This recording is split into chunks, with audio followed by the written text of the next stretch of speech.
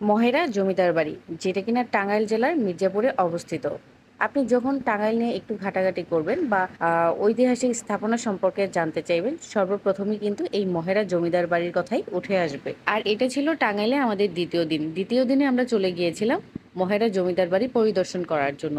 তো সেখানে গিয়ে আমাদের কি অভিজ্ঞতা সেটাই আজকে আপনাদের সাথে শেয়ার করব। তখন বাজে সকাল ৯টা। আমরা প্রথমেই নাস্তা করে নিলাম, তারপর হচ্ছে টাঙ্গাইল সদরের পুরাতন বাস স্ট্যান্ড থেকে আমরা একটা সিএনজি রিজার্ভ করে নিলাম, যার মূল্য ছিল ৩০০ টাকা। সেখানে একক প্রতি ভাড়া চাচ্ছিল ৭০ টাকা করে, সেই জন্য আমরা তিনজন যাব, আমরা রিজার্ভই করে নিয়েছিলাম। আর আমাদের যেতে প্রায় ১ ঘন্টার মতো সময় লেগেছিল, রাস্তায় কোনো যানজট ছিল না। সেখানে নেমে আমরা প্রথমে কয়েকটা শর্ট নিয়ে নিয়েছিলাম। এর মধ্যে দেখলাম আমার মেয়ে বেলুন কেনার জন্য তার খালামণির কাছে বায়না ধরলো। আমার মেয়ের এই বায়না করা দেখে লোকটা দাম বাড়িয়ে দিল। বেলুন প্রতি চাচ্ছিল ১০০ টাকা করে, যেটা একদমই উচিত নয়। আচ্ছা যাই হোক, তারপরে আমরা টিকিট কাউন্টারে চলে গেলাম। সেখানে আমরা ৩টা টিকিট কেটে নিলাম, আর জনপ্রতি টিকিটের মূল্য ছিল ১০০ টাকা করে। তারপর আমরা ভিতরে চলে গেলাম। আর এখানে দৃশ্যটাও কিন্তু খুব সুন্দর লাগছিল।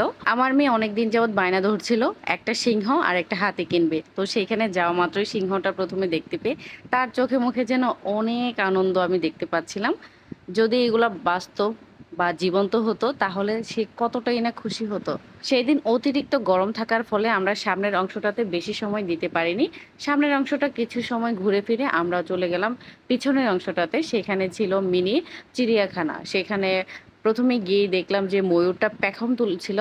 এটা দেখতে না অনেক বেশি সুন্দর লাগছিল। মাশাআল্লাহ, সুবহানাল্লাহ। আল্লাহ তাআলার প্রতিটা সৃষ্টি কতই না সুন্দর, কত নিখুঁতভাবে এক একটা জিনিস তৈরি করেছেন। এখানে বেশ অনেকগুলো হরিণ ছিল, পাশাপাশি ছিল বানর, আরো অনেক রকমের পাখি। আর এই পাশটাতে ছিল রেলগাড়ি। রেলগাড়িতে চড়ার জন্য আপনাকে এক্সট্রা ফি দিতে হবে। আর এই পাশটাতে ছিল একটা শিশু পার্ক, যেটার প্রবেশ মূল্য হচ্ছে পার পার্সন ৩০ টাকা করে। তবে বাচ্চাদের ক্ষেত্রে কোনো এন্ট্রি ফি লাগে না। আর আপনি যতক্ষণ পর্যন্ত ইচ্ছে সেখানে স্টে করতে পারবেন। আমার মেয়ে তো খুব বেশি খুশি হয়ে গিয়েছিল, তার পছন্দের ডাইনোসর আর হাতির উপর চড়তে পেরেছিল। আর সেখান থেকে তো তাকে কোনোভাবেই বের করা যাচ্ছিল না। অনেকক্ষণ বসে থেকে অবশেষে জোরাজোরি করে সেখান থেকে তাকে নিয়ে বের হয়ে গেলাম। আর মাঝখানে একটা পুকুর ছিল, আর পুকুরের পরে আমরা এই পাশটাতে বসেছিলাম।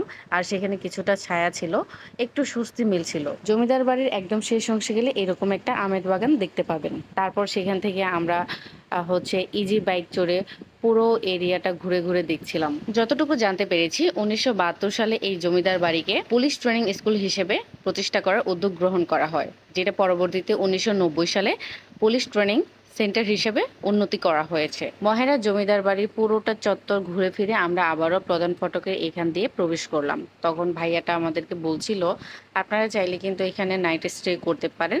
আর পার নাইট এখানে ২৫০০ থেকে প্রায়